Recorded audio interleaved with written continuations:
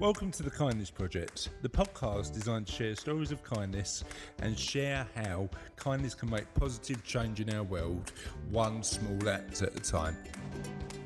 In this week's episode of the Kindness Project, we talk about the chase, YouTube, and we have part 2 of our interview with Kenny Power from BIP100. Welcome, my friends, to another edition of the Kindness Project. I am joined by a man who loves wearing his coat.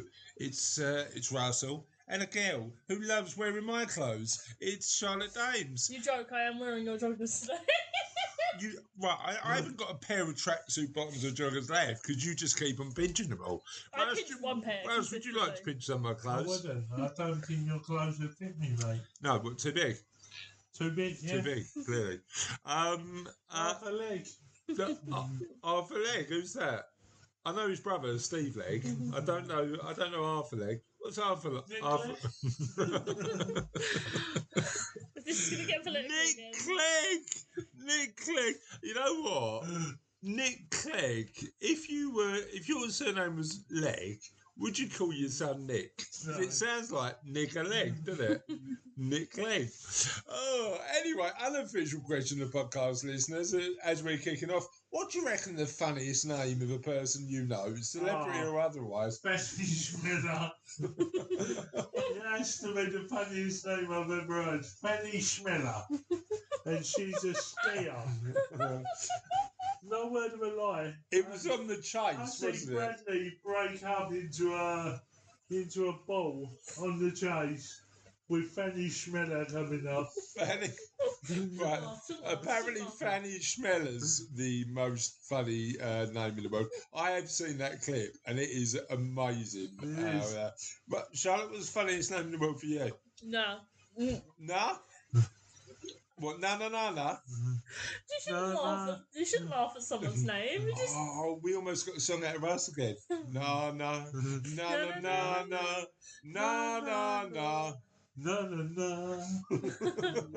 never heard the original of that, just the bingo one. The bingo? What do you mean the bingo one? The bingo one. I don't know. It's just a song about people's manners. No. You know the one Right. where it just... I don't think genuinely that song no goodbye is a song about saying goodbye to your nan. It's not a song about saying goodbye to your nan. The one you hear on the bingo ads, it's the same. Instead of goodbye, it's bingo. It's either that or somebody's eating a banana. They're back to the last bit and said, no.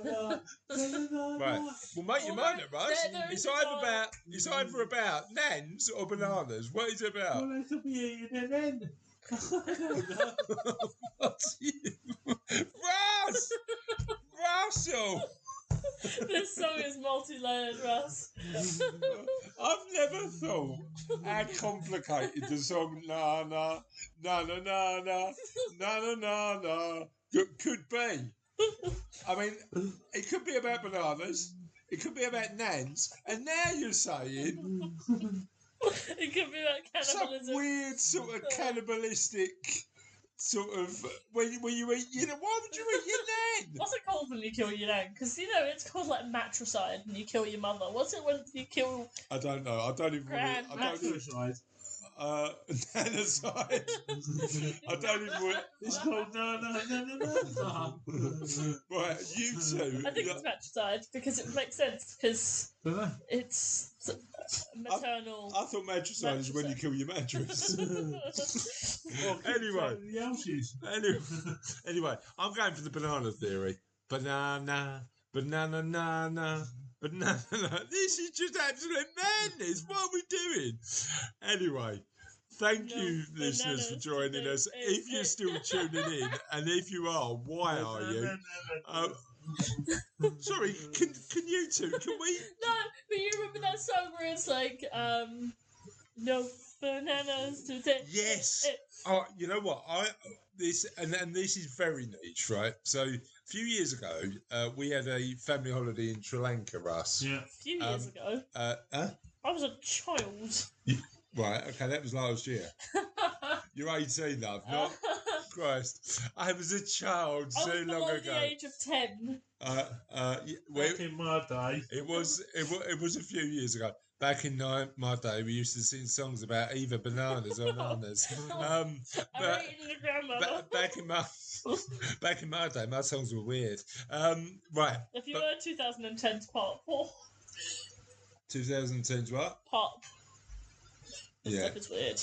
Is it? Yeah. What's weird about 2010 I music? don't know, it's just like, I used to like it, and now it's like, what is going on? 2010.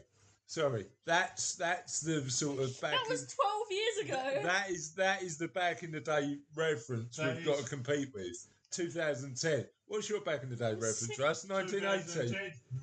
2010. I was, 6 in 2010? Yeah. So we were in Sri Lanka. We're No. sitting having a meal, and this little band bowls up, and I can't remember the name of them, but they had this song that just went banana, banana, banana, banana, banana, banana, banana, nana, nana, banana. It stops. Don't worry. I've got to start again now though because you interrupt me when Basically, you're it laughing. does that for a bit. Right. Oh no. Right. Let's do it justice. Right. Banana, banana, banana, banana, banana, banana, banana, banana, banana, banana, banana, banana. No bananas today. And we really enjoyed it when we were in. We bought a CD. And we bought a CD. We bought a CD of this, and it stayed in the car for quite a long time. But it's not clearly because it's quite a niche thing. It's not available on Spotify. You know the other songs. You can find it on YouTube though. You know the other songs that aren't available. You can find it on Yeah. YouTube. The other songs, just put the banana song Sri Lanka, and I think it comes up. But the other songs that you can't get on Spotify or anything like that are inspired. The Smokey song, the Arbroath Smokey song. Yeah. The duck song. You can get the duck song on Spotify, can't you? Oh, can you? I don't know. I thought that was only on YouTube. How about the Granny song?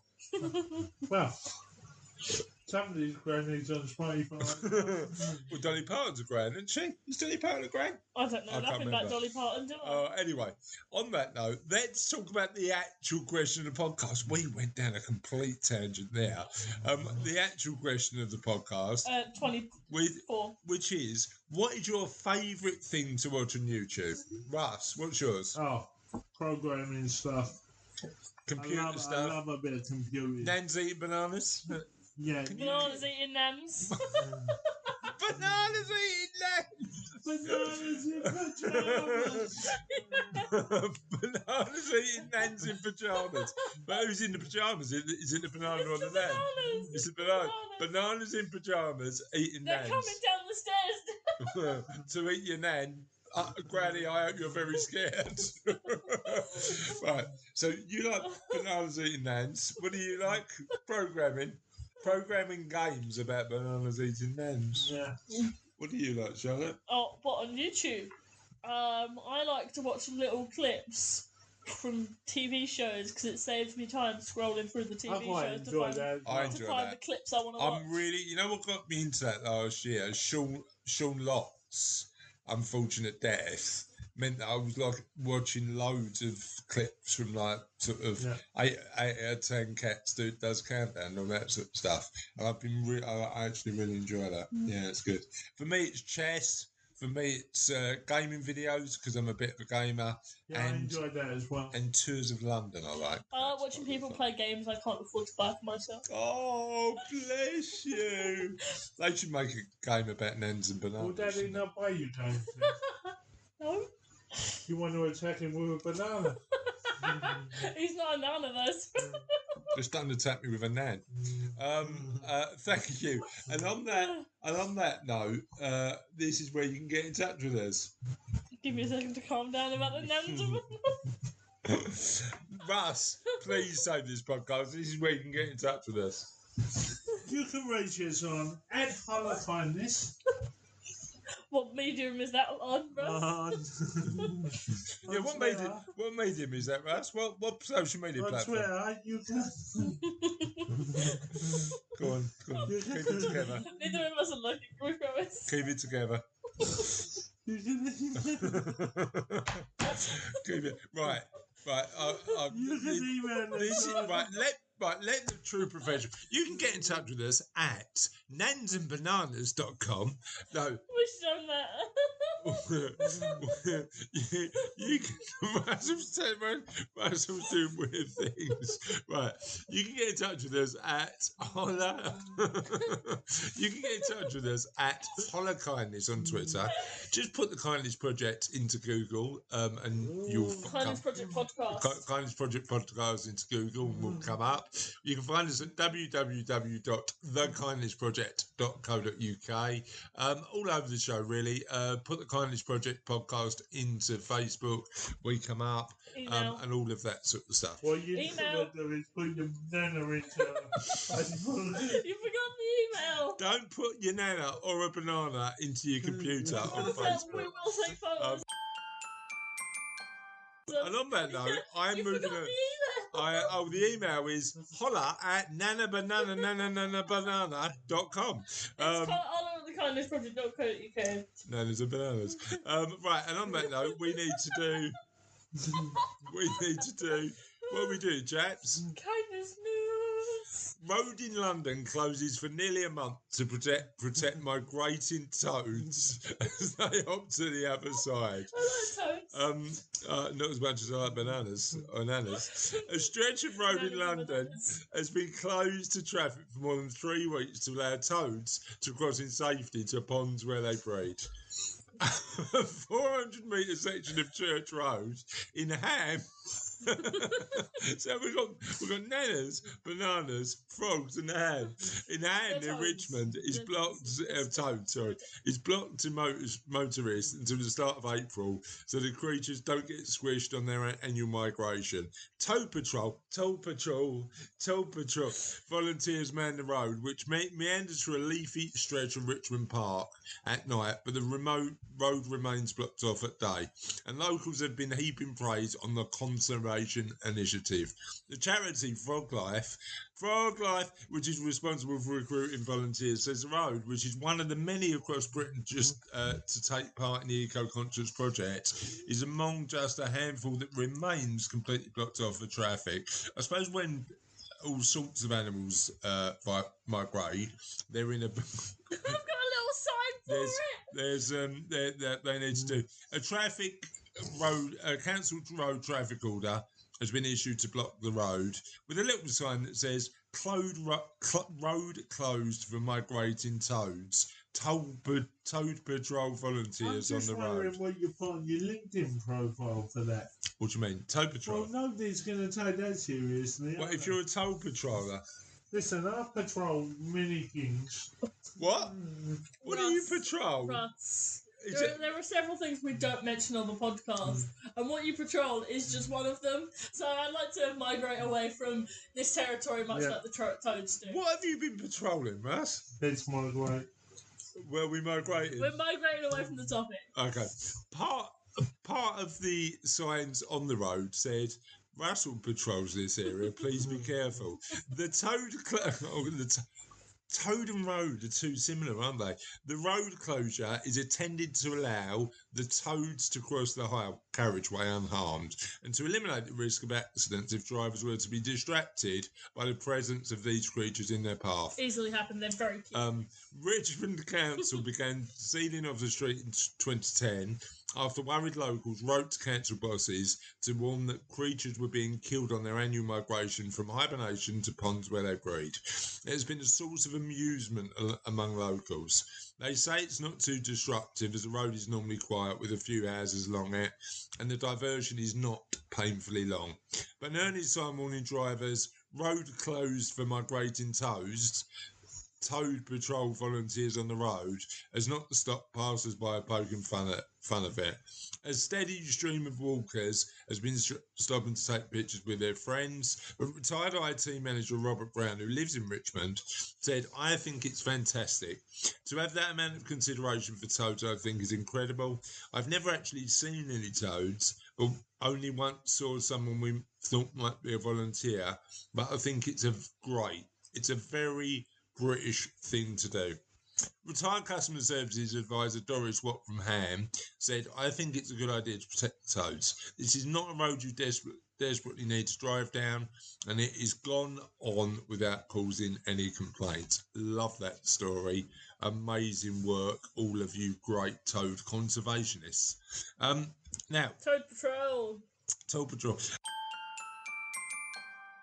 Now, on this part of the episode, we've got part 2 of our interview with Penny Power. Penny is a amazing businesswoman, runs a business with her husband Thomas Power. They were the founders of eAcademy, one of the first social networks and certainly the first prominent business network. And what I love about Penny is just her authenticity. You know, it shines through that she's had a struggling road to success, but certainly one that she's more than happy to share. So let's listen to the second part of the interview. Now, funny enough, I love, one of my amateur interests is psychology, particularly social psychology, and I love that element. I particularly love that sort of that dopamine connection. And one of my favourite books is a book called Happy Money. And it's about effectively, and we use it with our clients all the time, it's about having conversations about using money, spending money to make you happy.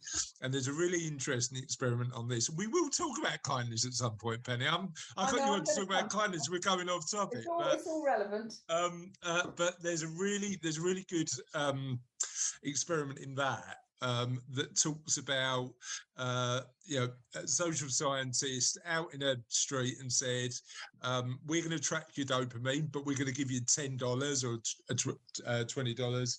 And either you can keep it or you can, you can choose to buy somebody a coffee with it, or you can choose to have a coffee yourself. And the dopamine response, the happiness that individual got when they gave it away was 70% more. That's lovely. They kept the money. So that's why, in terms of all aspects of our lives, including business, I think kindness. The books, by the way, I'd recommend our listeners to take a look. It's written by a lady called Elizabeth Dunn. I think I've given my copy away, bought another one, and given that away now. So if I hadn't, I'd send it to you, but I can't. But the point I was going to raise is kindness as a way to make us happy, making others happy. And how do you think, because I know that's one of your values too, how do you think that applies in the business world? Well, I think, first of all, that we all have basic human needs, whether we're in business or whether we're not in business. Yeah. Our basic human needs are exactly the same. And I love Maslow's hierarchy of human motivation. And anybody that is interested in that, there's a great little book on Amazon by Maslow. I think he was a 20th century psychologist or philosopher, yeah, I'm not sure, but it's very good. So he talks about the 5 different range. You probably know them, Chris. So, but some people might. It starts with your psychological needs. Your physical needs. So can I feed myself? I mean, if we think at this moment and put our hands on our heart hugely, think of what's happening in Ukraine. You would have had some people that were at the top of the hierarchy of needs, and now they've slipped down to the bottom. Yeah. So our needs can go up and down depending on our life, but we start with our physical needs. Are we warm? Are we thirsty? Are we hungry? Are we covered on that? Then our need for safety, which includes psychological safety. Then our need to belong and to feel love. Then our need to have a level of self-esteem and self-worth, which comes from belonging. And then the final one is being at our absolute best, where we are really self-realization, isn't it? Yeah. Yes, it's self-actualization and knowing that we're living to purpose. Now, I would say that contribution is kindness, and it's through contribution to life that you achieve a sense of purpose, a sense of belonging, a sense of self-esteem. In the same way, that story is absolutely beautiful you shared about that person giving away a coffee. Absolutely. But, if somebody's in scarcity, they drop down because they go into personal survival mode. Yeah. And the toughest thing for people is to behave in abundance when you are in scarcity. Yeah. And now I've been there and I know what that feels like. And that is when, like you said, right, quite at the top of the show, you have to think about actually what is my definition of success and get some sense of relativity to your life. Because one of the things that Maslow says is that we are wanting creatures. That's what differentiates us from the animals that are scrabbling around getting their food. They have to evolve because they can easily be satisfied. We want more and more and more all the time, and we have to manage that. But I think the more of what changes over time. So when as you say, when I was in scarcity the first couple of years of my business, I'd left a quite high paid job and promised my family that I was going to make this work, and that was all about financial success in the first couple of years. I look at my life now and actually have a lot of conversations with my clients about this, and I'm 44, and it's about purpose and relevance and the value we add to the world. Now, as you say, you never know with that hierarchy of needs when you're gonna drop down, and there's factors that contribute to that. But whilst I'm in that near the top, I want to try and add as much value as I can, right? Yeah, but also I always believe that emotional wealth creates financial wealth. Yeah.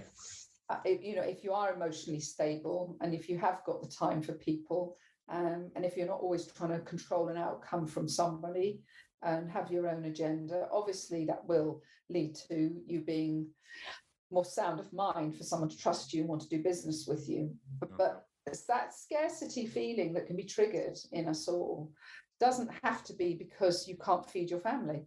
It really can be a mindset that takes you back. I mean, I now, because I know what scarcity feels like, small things can trigger me and my behavior, I have to catch myself, so, you lose a client or they're late paying you, just those things can trigger you, and you have to catch that moment and become very mindful about it and realize that actually I'm okay. And that's where gratitude, which you started at the top of the show, is so important. Because when you write down, I did it this morning in my journal, all the things you're grateful for. And TJ, my son, who works with all our clients on their mental well-being, he's done a master's in psychology and performance well-being.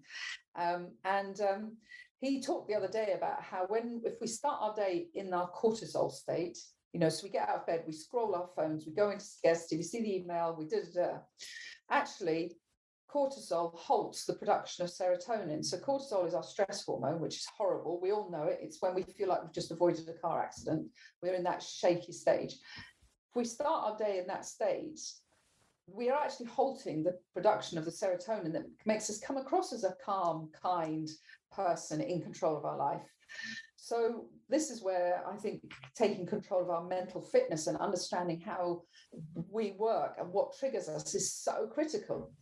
You know what? It's really interesting. You talk about those habits, and again, those habits that you've got in your life can help you, as you say, move up Maslow's hierarchy of needs, and actually sort of have that purpose to be kind every day. I'm rubbish at journaling, Penny. I need to get better. I love to write, but I'm rubbish at that practice of journaling. But one I've started in 2020 that's working really well for me. There's a really good book called The Daily Stoic that I'm really enjoying at the minute, and effectively it's a page of Stoic philosophy for every day of the year. Oh, I've been told about this book. I'm going to write it down. It's really good. It's so good because it's a real pertinent reminder of some of the things, as you say, we get caught on so instead of me picking up my phone when I get out of bed now, the first thing I do is read a page of a book. And it's amazing. It's just sort of, really, really good stuff. Focus on what you can control, Is stuff going to matter in 10 years' time that you're worried about today? Loads of really... what, Chris? I think these are great things, and I'm going to buy that book.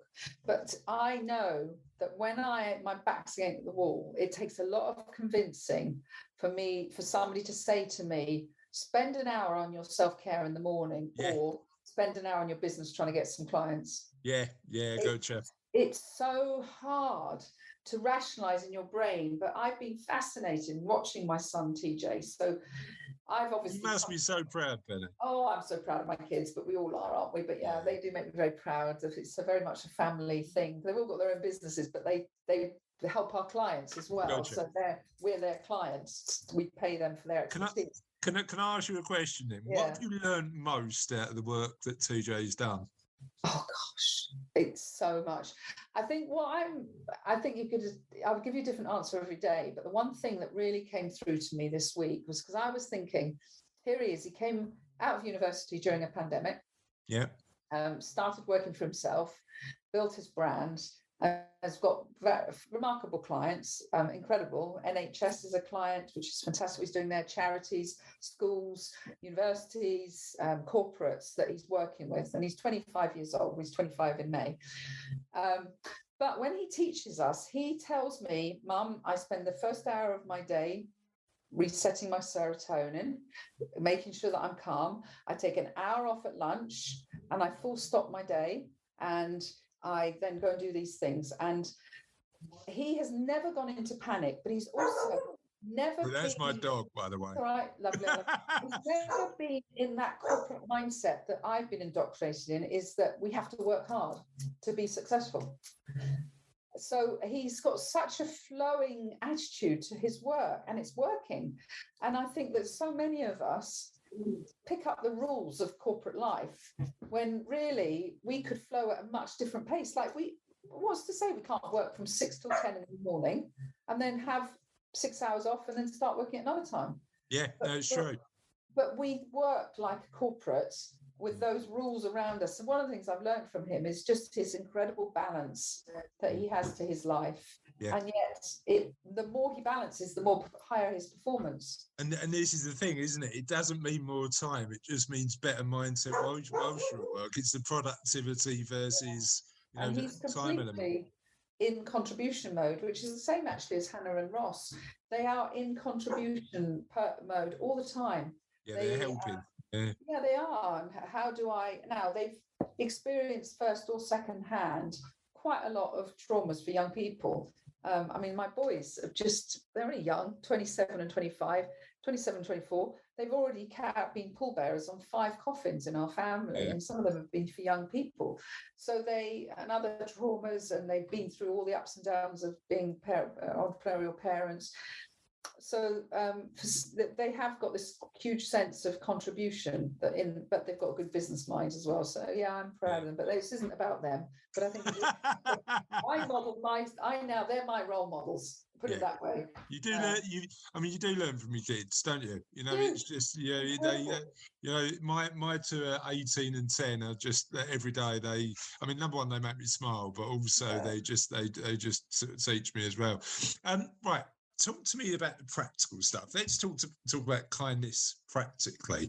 Right. So, because sometimes, and I've had conversations like this, kindness as a value can be seen as sort of ephemeral in nature. You know, how do you manifest? You know, when you talk about kindness in your business, how do you manifest that? Well, so my business is a community. Business is Personal 100, BIP100.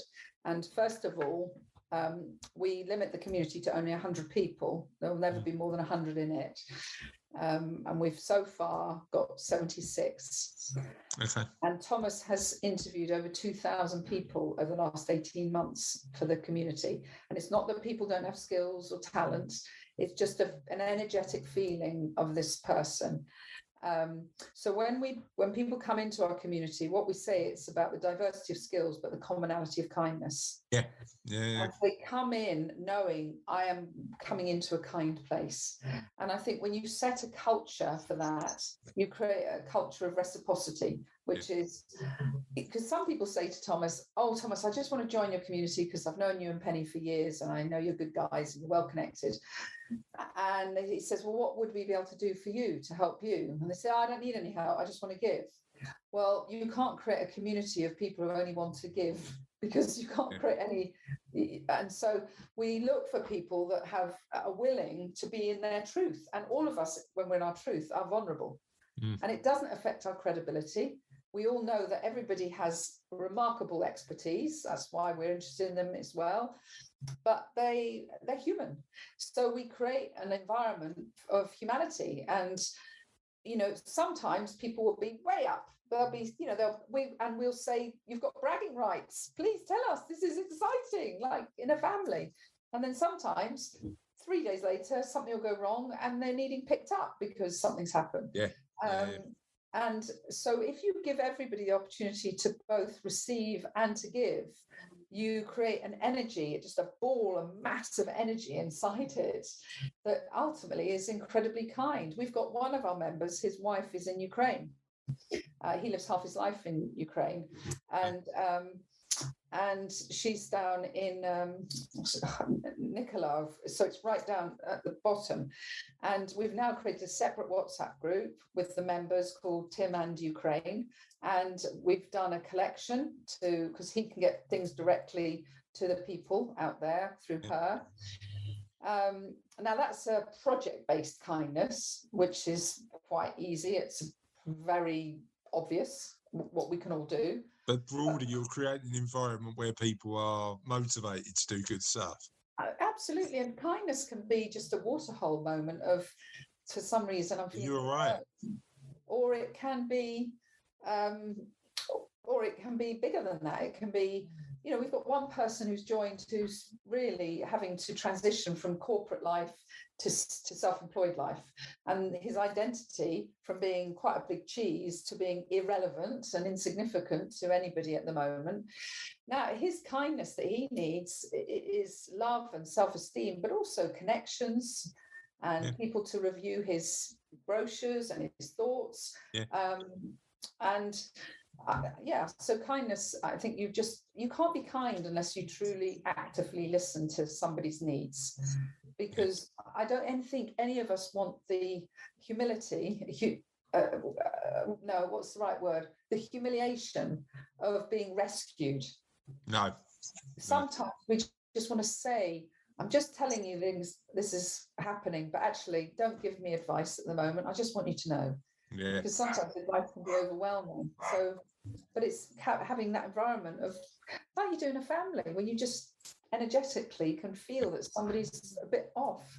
Yeah, so just making sure that you're there, you're helping them and supporting them. The dog definitely wants to get involved in this interview today, Paddy. I do love dogs. He's a spaniel, and he loves. I mean, he's just the most territorial dog, like those dogs. But also, aren't dogs just the epitome of unconditional love and kindness? They are, yeah, absolutely. That was good, wasn't it? It was. And on that note, let's talk about. 'Tis the end of another podcast, but the end is never truly the end, because the end is always the beginning of something entirely new. And last week's question of podcast week, what celebrity voice could you listen to all day? And we had a few really good answers. Stacey Keane said Sean Connery. John Cook said Mike Reid. Steve Dan said Brian Blessed. Mike Christie said Billy Connolly. Robert Kingett said Patrick Stewart. Mark Newman said Morgan Freeman. Sandra Connaughton said David Suchet. Jackie LaHaine said Patrick Stewart. Glenn May said Ian McKellen. Jade Foster Jarrett said David Tennant. Mandy Metlock agreed with me and said Stephen Fry. Richard Playford said David Jason. Deb Myers said Richard Burton. Toby Acton said Morgan Freeman. And Karina Murray said Matthew McConaughey. And on that note, my friends, on that, my friends, is the end of another podcast. Have a lovely day, and we'll see you on the podcast soon. Bye. Bye.